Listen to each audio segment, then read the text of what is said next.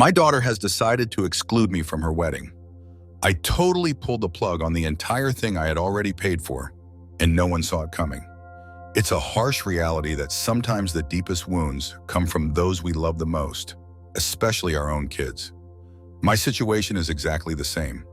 Olivia, my 29-year-old daughter, told me I can't attend her wedding. I've spent the last week sulking and sipping on drinks. I covered the cost for her wedding, which was supposed to happen yesterday. Totally, it was a gift for the wedding that I was covering the cost for. Olivia was quite the handful as a kid. Hearing her talk about her wedding plans was such a relief. Finally, she's marrying someone she truly loves after all those challenging years of raising her. I stepped in to help because she and her fiancé were having a tough time financially and were unable to plan a nice wedding. What do I get in return? I wasn't permitted to go. The destruction is truly unimaginable. I hit up the wedding planner a few days back to get my brother added to the guest list. He insisted that the guest list was packed. I asked him to shoot me an email with the entire guest list to see if we could work something out. He mentioned that Olivia instructed him to keep the guest list under wraps. I let him know that as her father and the one footing the bill for the wedding, it would be wise for them to adhere to my guidance. Even though he was hesitant, he finally sent me the list after I hinted at contacting his boss. Seeing that totally crushed me. I wasn't on it with my wife. I reached out to the wedding coordinator again because neither my wife's nor my name was on the list, and I was convinced there had to be a mistake. He made it clear that he was specifically told not to bring up our names. I was totally skeptical until he dropped that email exchange with Olivia. Mind blown. They were instructed to keep us out of the venue, and that just escalated things even more. That must have been incredibly heartbreaking. I knew my daughter had some issues with me, but I never imagined it would escalate to the point where she would exclude me from her wedding. She was busy celebrating her bachelorette party that day, so when I called her in a panic, it went straight to voicemail. She totally ghosted me that day and the next, even after I reached out asking her to call. I showed up at her place where she and her fiancé were staying on the third day, just before the big day. She mentioned that she was swamped with wedding preparations and couldn't find the time to meet up with me. She had been dodging me ever since the wedding planner let her know that I knew about the guest list. I went there to ask her a question, but her attitude just made me even more frustrated. I let her know that I knew she had stopped me from attending the wedding. "Oh, that's nice for you, I guess. Heading to that spot really cut down on your time and hassle. If I get a chance, I'll send over the wedding photos."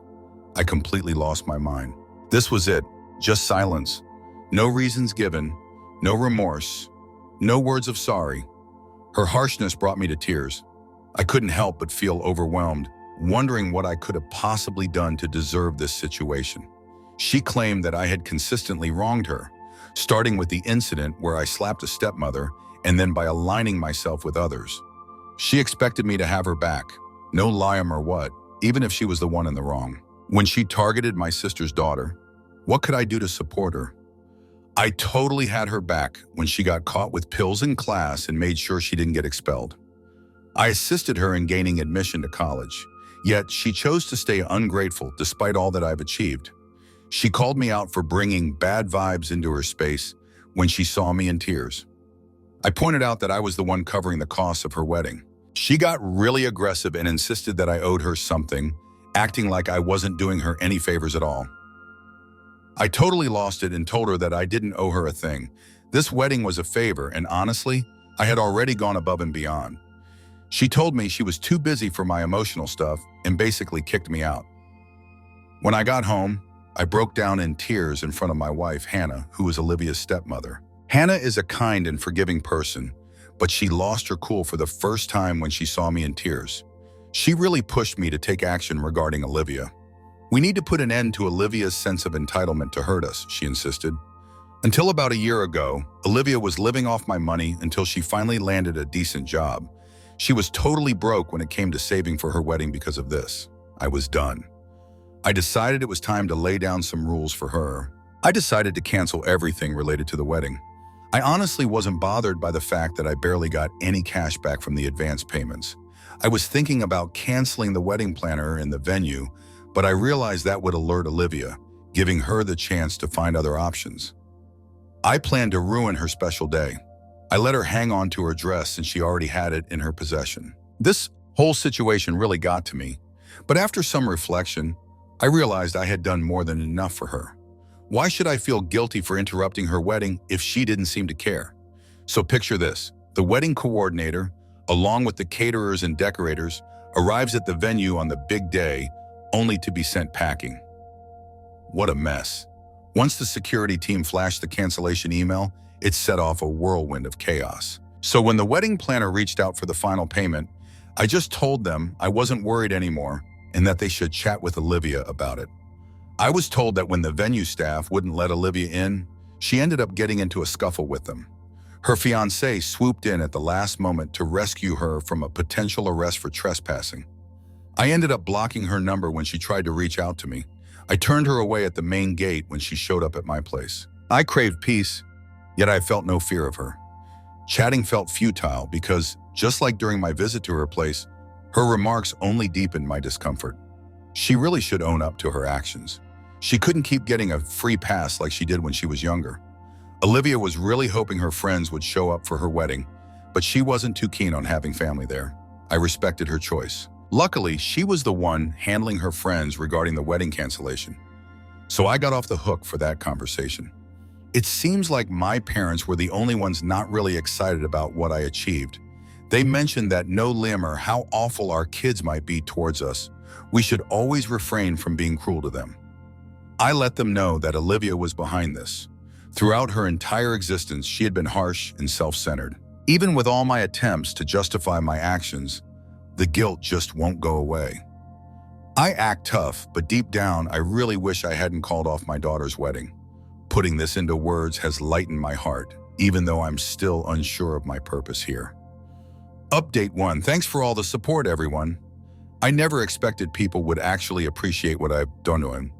I was worried that people would think I was being unreasonable for taking such a tough position with my own daughter. Some of you have asked about Olivia's past issues with us. My bad for overlooking that earlier. Here are the details. I was totally clueless about how this format worked. My second wife is Hannah, who is 47 years old. So my child from my previous marriage is named Olivia. Olivia was just 9 when I went through a divorce with her mother, my first wife. Olivia's mom ditched me for that guy after she found someone new. I got custody of Olivia since they were heading to Asia and didn't want her around. When Olivia turned 15, I tied the knot with Hannah, and since then, we've been navigating the storm of Olivia's anger together. She harbors a deep-seated loathing for Hannah. Back in her teenage years, it all clicked. It must have been tough to see someone stepping into her mother's role. Hannah, a certified children's counselor and teacher, totally assured me that Olivia is going to be just fine when she grows up. She believed Olivia would see me as more than just her dad. She would view me as someone looking for a buddy. 5 years post-divorce, I tied the knot, hoping that Olivia would appreciate the effort I put into raising her solo during that time. Olivia found herself at odds with both her mother and her new partner. Olivia, unfortunately, didn't express any appreciation at all. Olivia started to get more and more aggressive towards Hannah and me. I decided to send Olivia to live with my sister, who has a daughter the same age, hoping she would find some friendship there since things had become really tough. After a few months of everything going well, my sister threw in the towel less than a year later. With it being their final year of school, my sister was concerned that the silly squabbles between Olivia and her daughter might negatively impact her daughter's grades. She let me know. I ended up having to send Olivia back. Olivia stayed with us until she finished high school, but she would often spend her breaks at my parents' place. She ultimately announced that she would finish her high school education while living with them and flat out refused to go back home. I set up a carpool since my parents lived pretty far from her school. As long as she was happy and at ease, that setup continued. However, her grades from high school were pretty awful when they came out. That's when I realized she had fallen in with the wrong group, hanging out with students who were into drugs. She decided to move in with my parents since her boyfriend was really terrible. Once they hit the hay, she'd sneak out and explore the city until well past midnight. She had to go through her senior year of high school all over again. Getting her through college was another total nightmare. Honestly, she probably wouldn't have made it anywhere else with those grades and that gloomy vibe. Lucky for her, I had some kind of connections that helped her snag a spot at a decent college. She found herself once more in the company of the wrong people and got into drugs during her college years. She ended up in rehab because everything spiraled completely out of control. She finally graduated at 25, but then she had a relapse the following year, so I had to send her back to treatment for a few months. Honestly, she's been such a hassle, so referring to her that way wouldn't be rude at all. She has consistently brought me a lot of pain, humiliation, and unhappiness. I'm really thankful for Hannah, my supportive partner. If she had been anyone else, she might have convinced me to stay with Olivia, but instead, she was the one who kept pushing me to hold off. Hannah has poured so much of herself into supporting Olivia and me, and I can't express how thankful I am for that. Olivia's biggest issue appears to be the fact that I got married again, and even more so with Hannah's situation. Just so you know, Hannah isn't actually Native American. Her family has roots that trace back to the South America. She grew up in an NGO because her immigrant parents in Australia couldn't support their 5 kids. They arrived in Australia with absolutely nothing, having escaped from a war-torn region. That's exactly why I found myself drawn to Hannah. Even though she faced a tough childhood and financial struggles, she pushed through, earned her master's degree, landed a well-paying teaching job, and built a thriving life for herself. Even though Olivia has built her own success, she still calls her a gold digger. Absolutely. We've got some serious family wealth going on, since my family has been running a successful export business for 2 generations now. Olivia believes that Hannah tied the knot with me for financial reasons, considering this is my second marriage and her first. Olivia contends that without the lure of financial benefits, Hannah would never have tied the knot with a single dad who is 12 years older than her. Hannah is 47 and I'm 59. I'm not sure where Olivia got these ideas, but that's what led her to label Hannah a gold digger. Some of you were curious if Olivia's mom was involved in this situation. Honestly, she hasn't reached out to either Olivia or me since the divorce. Last I heard, she was over in France. Olivia tried to blow off some steam by reaching out to me after I called off her wedding, but I shut that down and told her she couldn't contact me on any platform. So I called off the wedding, and my parents totally flipped out.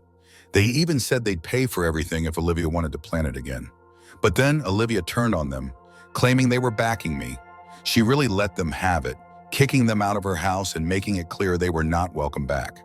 It's kind of wild that her teacher, who I also see at the gym, was the one to find out about her high school substance use, yet she still puts the blame on them. After that, my parents totally flipped and were cool with my choice to cancel the wedding.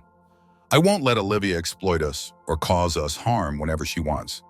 I still haven't gotten any word from her, so I'm totally in the dark about what she's doing. Just 10 days after what was supposedly her wedding day, my parents dropped by for a visit 3 days ago. They haven't tied the knot yet. They might be setting up a new date or just haven't gotten around to it yet. By the way, I went ahead and blocked the credit card I was using for that purchase. She still had access to it, but it had been pretty much untouched since she got her job. Honestly, she might get really upset about this, but at this point, I just don't care.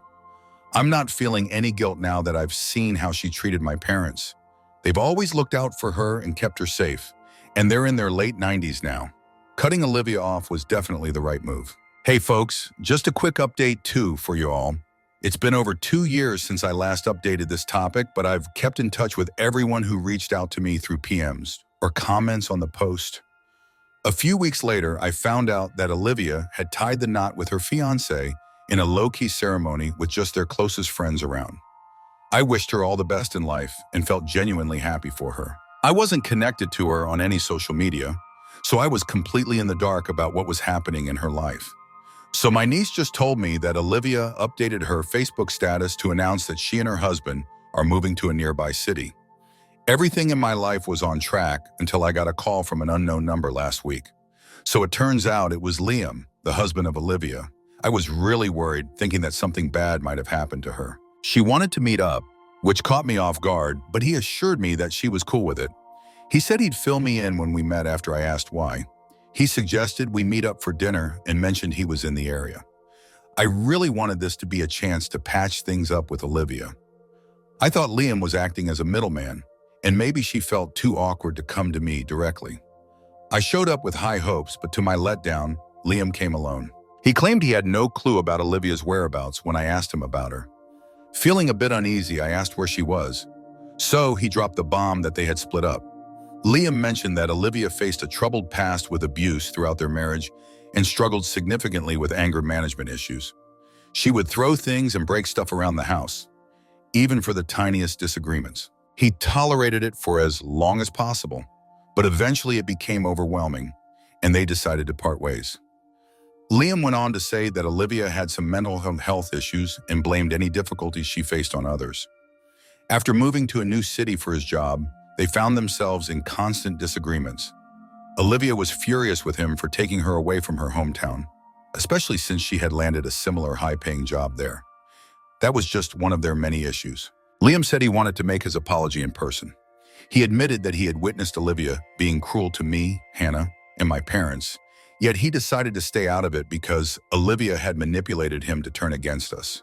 He really regretted overlooking the red flags and putting himself through all that pain. I let him know that Olivia was the one at fault, not him. I felt a sense of accountability for not having raised her better. I also told him I felt sorry for what he went through with Olivia. So Liam hit me up and asked if I could do him a solid. He said that Olivia was begging him to take her back because she was really upset about the breakup. After going through her mistreatment, he just couldn't care about her anymore. He still reached out with kind thoughts and wondered if I could lend a hand to her during this tough time. Olivia's anger had driven away all her real friends, and Liam thought I could assist her by getting her into therapy. I let him know that while I wished I could, I doubted Olivia would let me get close to her. He got it, and we both agreed that we wanted to support Olivia if she was open to it. After that conversation, I decided to go see Olivia. Sadly, things didn't go as expected. She went after Hannah and me, but I had shown up alone to keep Hannah from witnessing Olivia's rage. I tried to calm her down by saying I was sorry. At that moment, I didn't care about what was right or wrong. I was just trying to help her out. I suggested she talk to a therapist first, but apart from that, she could say whatever she wanted about me. Olivia just had to bring up the past, completely ignoring what anyone else had to say. She yelled that she wanted to take Hannah out because her hatred ran deep. She admitted feeling embarrassed about our marriage and introducing Hannah as her stepmother, which is why she kept us from attending her wedding. She kicked me out of the house when I attempted to reason with her, blaming me for all her problems. Honestly, I'm over it at this point, and I can't really tell if I was right or wrong. I really want her to get better, but I'm not sure how to support her right now. Update 3. Thanks for all the encouragement, everyone.